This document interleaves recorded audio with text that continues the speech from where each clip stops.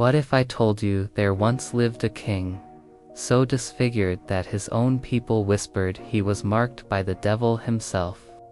His name was Charles II of Spain, a ruler whose very appearance shocked courtiers into silence.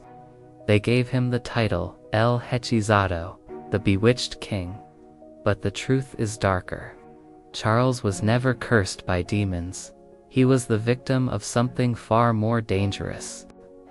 His own dynasty's obsession with bloodline. This is the downfall of Europe's most powerful royal family. A story that produced a monarch so damaged that when doctors opened his body after death, what they found seemed beyond human belief. If you're ready to explore hidden truths history books often ignore, stay with me, because this is just the beginning. 1. The Jaw That Never Closed.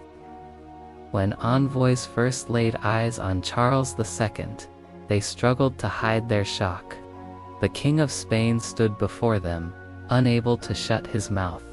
His jaw jutted forward so severely, his lips could not meet, leaving his mouth always open, like a door hanging off its hinges.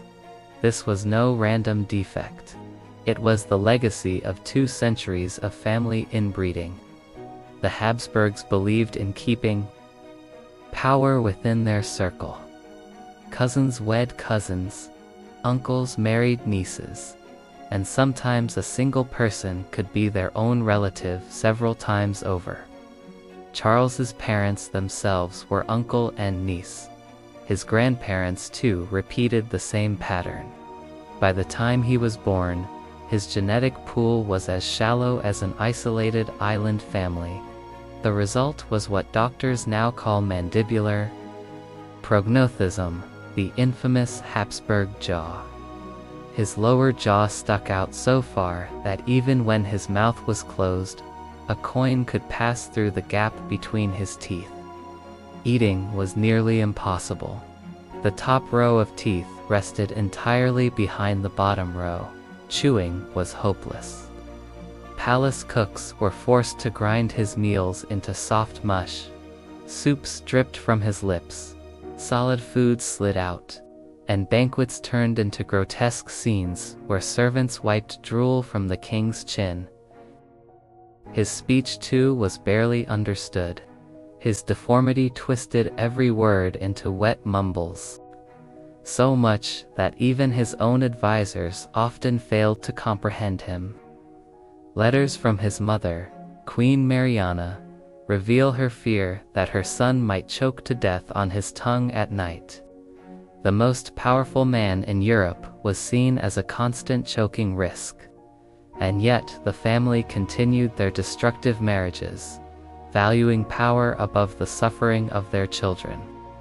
Charles himself became a living testament to what happens when human genetics collapse. 2. A body that defied reason. The Habsburg jaw was only one part of his tragedy.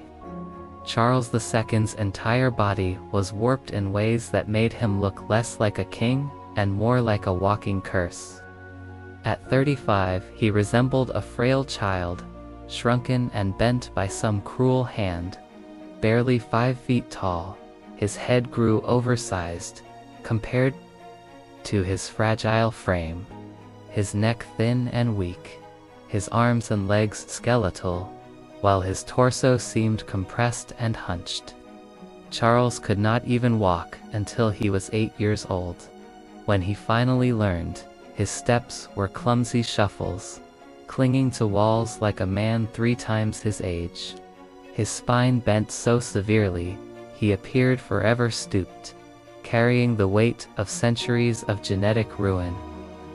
His mind suffered as much as his body. He lagged years behind other children, unable to read until 10, and even then with little understanding. Tutors described him as a vessel with holes. No knowledge remained inside. His emotions too were unstable. Fits of screaming tantrums followed by hours of vacant silence. His hair grew thin, patchy, and lifeless, falling away in clumps. painters tasked with immortalizing him in royal portraits could only disguise so much. Each year his condition worsened. While most matured and stabilized, Charles deteriorated, like a body fighting against life itself, baffling doctors who had no answers for what they saw. 3. The King Without Heirs. His tragedy turned into disaster for Europe. The mighty throne of Spain was held by a man unable to produce a child. Charles married twice.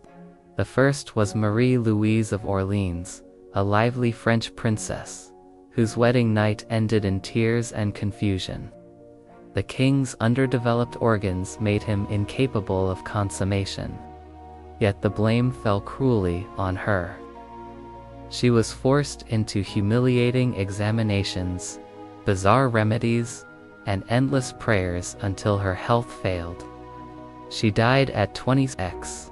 Rumors swirled that stress and treatments hastened her end. Desperate for an heir, Charles remarried Maria Anna of Neuburg. She too discovered quickly the truth.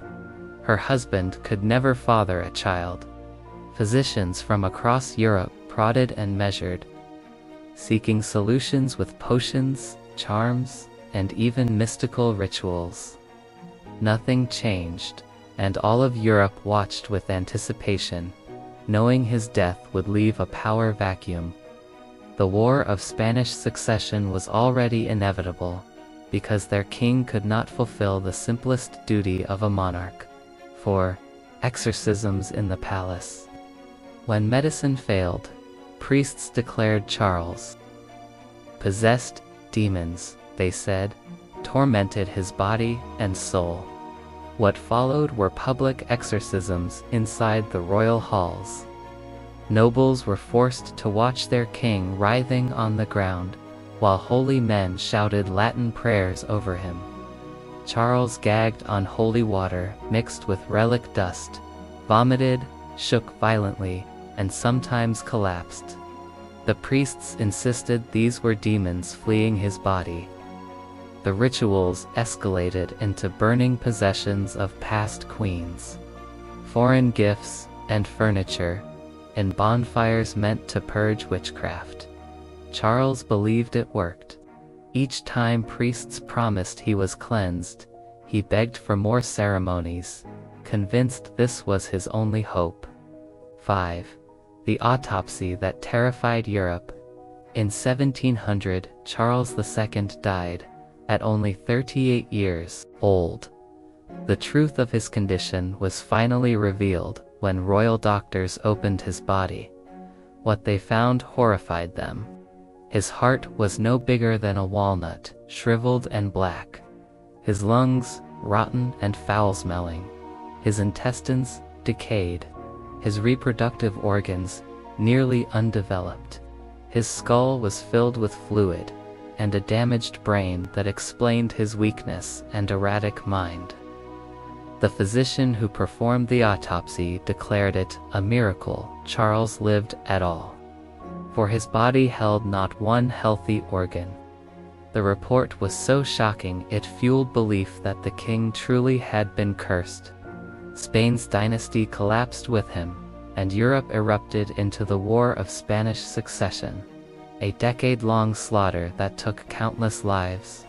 The Habsburgs' obsession with purity destroyed their own bloodline and their empire. The tragic end of Charles II proved that sometimes the greatest enemy of kings is not revolt or invaders, but the very blood flowing in their veins.